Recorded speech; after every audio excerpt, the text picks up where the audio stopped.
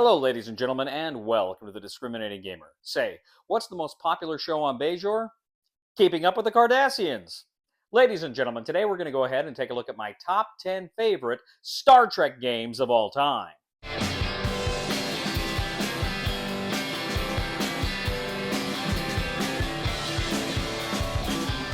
So, ladies and gentlemen, today we're taking a look at my top 10 Star Trek games of all time. Let me just preface this by saying I have not played all the Star Trek games out there. In fact, for years I had the Star Trek deck building game and the original series and the Next Generation, and I never got them to the table, and I ended up giving them away. Um, but I've played a lot of them, and I'm going to tell you which ones I think are the best. Now, before I begin, a few honorable mentions. First of all, Star Trek 5-Year Mission. This was from Mayfair Games back in the day, and this was a dice game. It was a very simple dice game, but you'd play through the various missions. It was cooperative. You're trying to use your dice in order to help the ship complete its missions. It was tough. I really enjoyed that one. Star Trek Frontiers, which was kind of a play on Mage Knight. It had the deck building. It had the kind of the hero clicks system with the board, but essentially it was a play on Mage Knight. And then, of course, Star Trek Risk. That was always a very fun game. Of course, you had the Federation, the Klingons, the Romulans, whatever, and you're all battling over the system. Kind of thematic, but basically kind of a Risk variant. I enjoyed that quite a bit as well. Okay, so let's go ahead now and jump into my list. Now, my number 10 is a game that, I'll be blunt, I do not care for this version of Star Trek. This is a Star Trek Discovery game. I'm not a fan of New Trek, although I did like Picard Season 3. Star Trek Discovery is not my thing. However, I did enjoy the game. This is Star Trek Discovery Black Alert. And now, in this version, essentially, you are the Discovery versus the Mirror Universe Discovery. And you have characters, you're playing them on the board. You can send them to different locations to do different things. Typically, you're playing with, I think, 1 to 2 characters. And at the same time, you're moving the ships around the board. And different locations, trying to find different resources and do different things and fulfill different mission goals on the board. It was actually a pretty fun game. Like I say, I just wasn't a big fan of the series, and I was surprised I liked the game as much as I did. It didn't survive the purge, unfortunately. I did give this one away, but I did have a heck of a lot of fun with it. I think it's a pretty good game, and despite this being a Discovery game, it was pretty good. That's number 10, Star Trek Discovery Black Alert. That was from WizKids.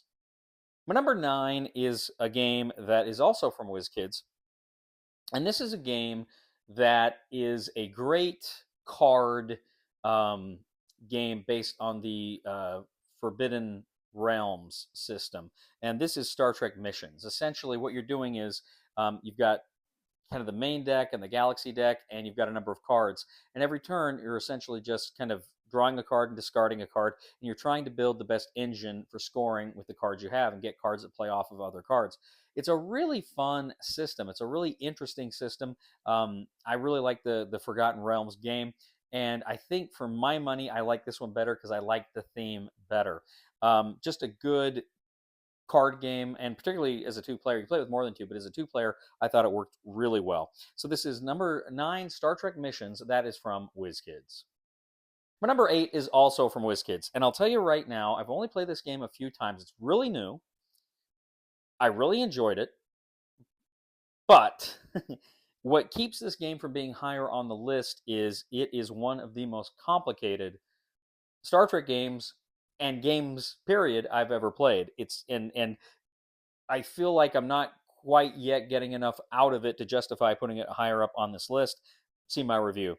But this is Star Trek Into the Unknown, again, from WizKids. Star Trek Into the Unknown is a miniatures game, but this is not simply, like a Star Wars X-Wing or Armada. There's a lot more here. It's much more story-driven. There's much more things you're doing here. And it's actually pretty cool because in these missions, you start with an overture, which is just kind of the basic setup for the game. And then there's a situation, which adds a little spice and sugar and a few other little things going on. And then you have the complications, which are face down. And as you're going throughout the game and dice rolls and what have you, you're manipulating an influence tracker to go back and forth between one side's complication and the other side's complication. And so you don't know where that's going to end up. And then as soon as you get to the end of the third round or other game effects trigger it, you go to the complication. And this is kind of the final act of the game. And it kind of changes some of the things going on. So the game evolves as you play it. So it's a very story driven game. But I really like how you've got the ships and they've got different dials that you're using. You have different alerts. You know, green alert, yellow alert, red alert. You have, of course, weapons and helm and the different stations, and you're putting officers on there. Whenever you spend their icons to do those actions, you flip them over, you commit them, and then it's not easy to get them back because depending on how many officers you have, you can only ever unflip 3 officers kind of at the end of the round. So it's a good game. It's a fun game. You've got the templates and the models look great. They're painted models. This is a incredibly fun miniatures game, but like I say, very heavy in terms of rules.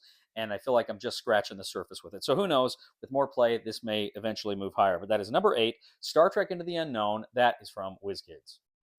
My number 7 is a kind of a reskinning of an already fairly popular game. It's a simple game, but I have so much fun with it every time I play it. This is Star Trek Catan.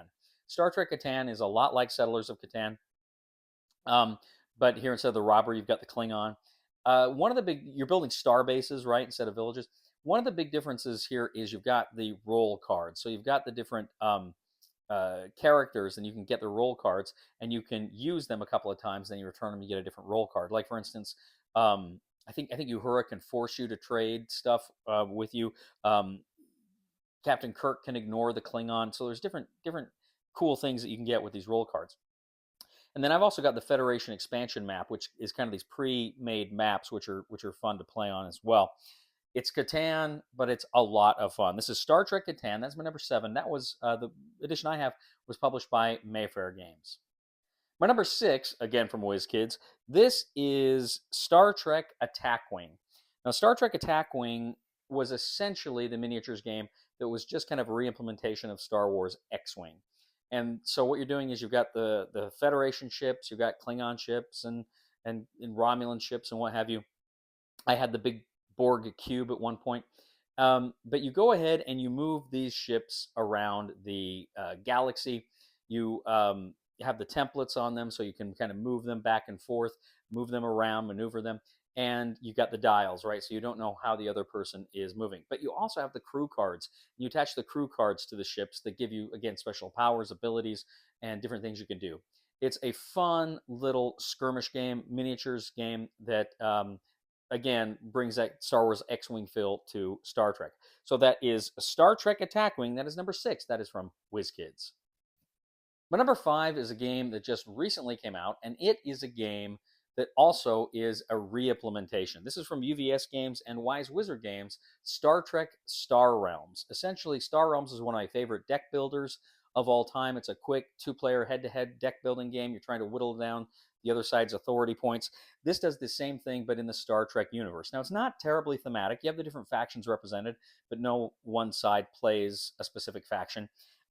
It's really a lot of fun seeing how you build those card combos and the different factions dovetail and play off of other cards you've played.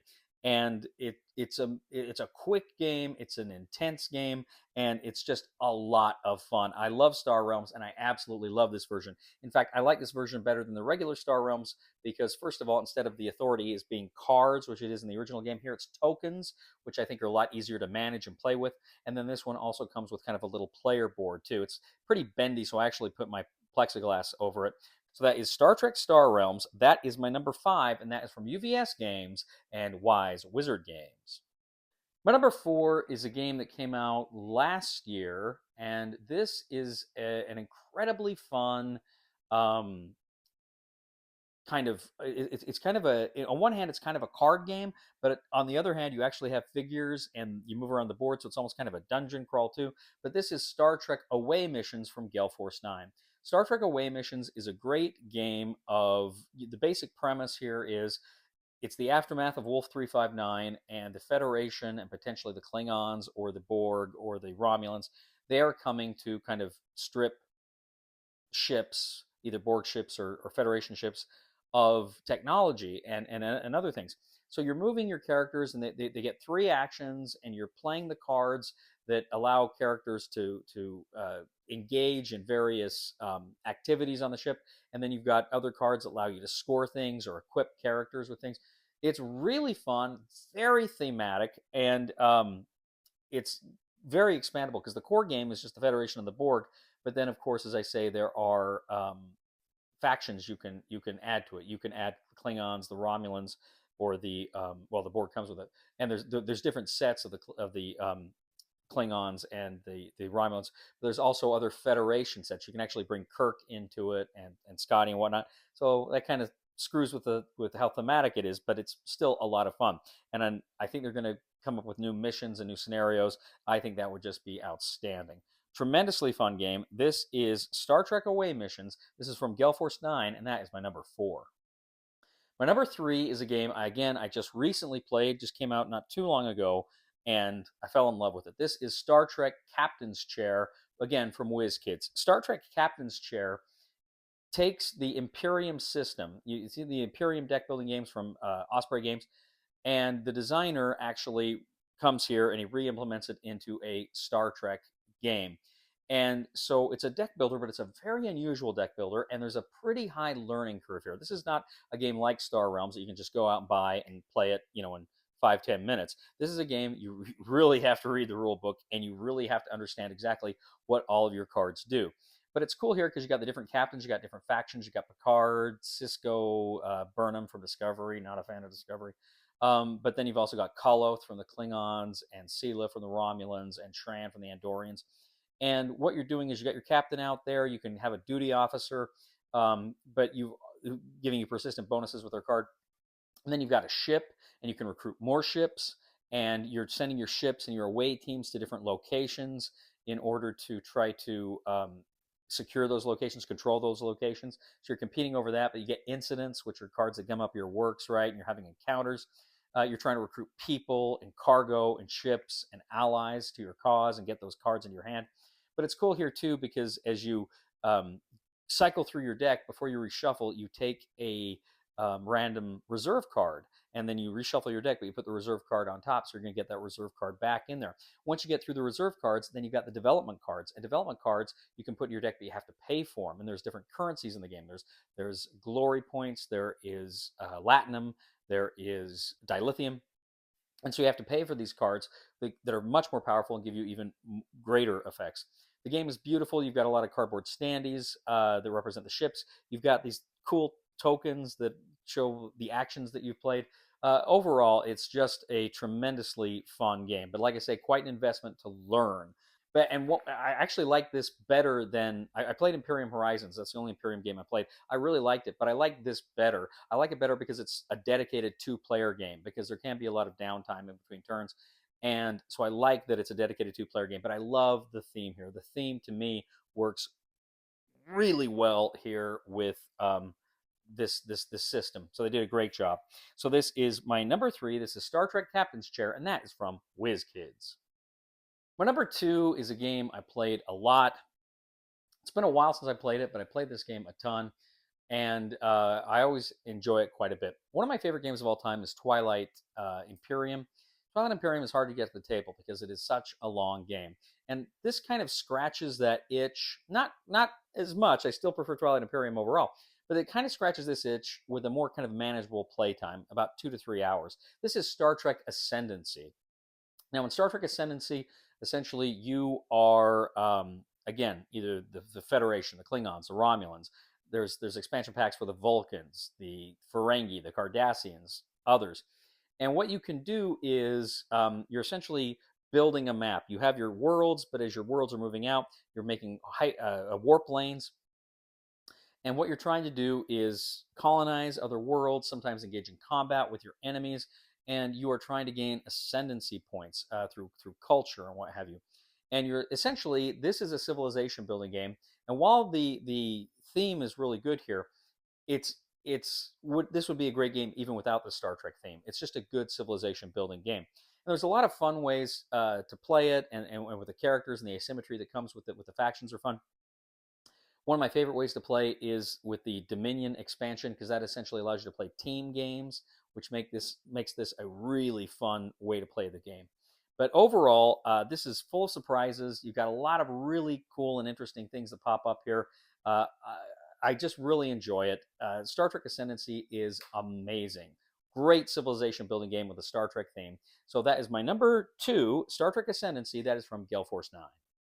All right, my number 1 Star Trek game of all time. Now, if you pay attention to the channel, you probably already know what this is. This is a game that came out in 2011, I think. And I played it a lot when I got it, and then I didn't play it for years. And then I played it again not too long ago with Kim, and she really liked it. But it's just a really fun Star Trek in a box game. It really feels like Star Trek in a box. This is Star Trek Fleet Captains from WizKids. Now, Star Trek Fleet Captains essentially uses the hero clicks system, where you've got a bunch of starships that have the hero clicks, and that's how you set kind of their engines, shields, weapons, or configurations there. So you can go ahead and set that, but then you send your ships onto these tiles, and you flip over the tiles, and it says kind of how far you have to go to get out of there, and you're rolling dice and adding that to your configurations. But you're having encounters every time you go to a new space. You draw an encounter card, and these are classic Star Trek encounters from the movies, from the TOS, from Next Gen, and they're kind of telling you all these interesting and fun and exciting things that are going on. And sometimes there's tests you have to overcome, or bonuses you get, or things that punish you. A lot of fun stuff here in this game.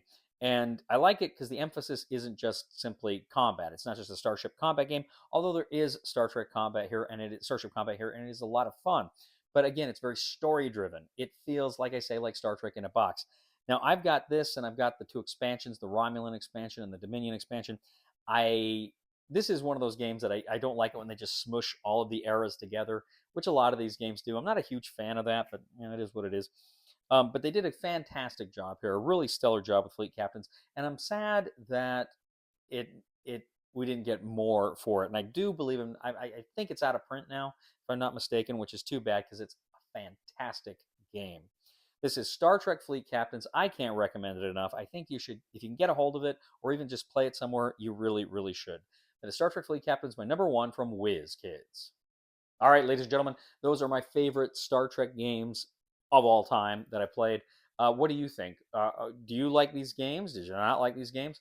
What games would you put on your favorite Star Trek tabletop game list? I'm very eager to know.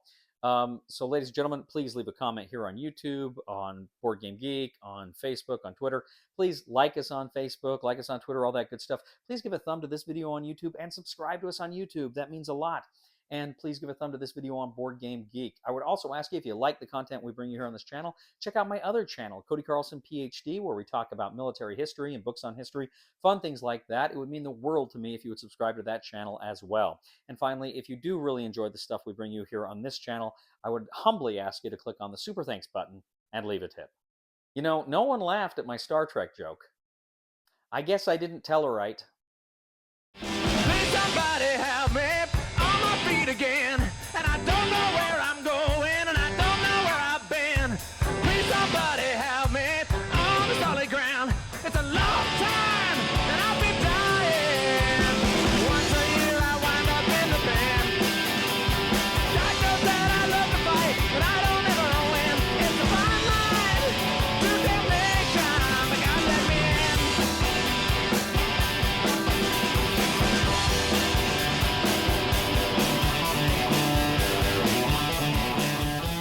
Conquer at least half your adversary's home systems.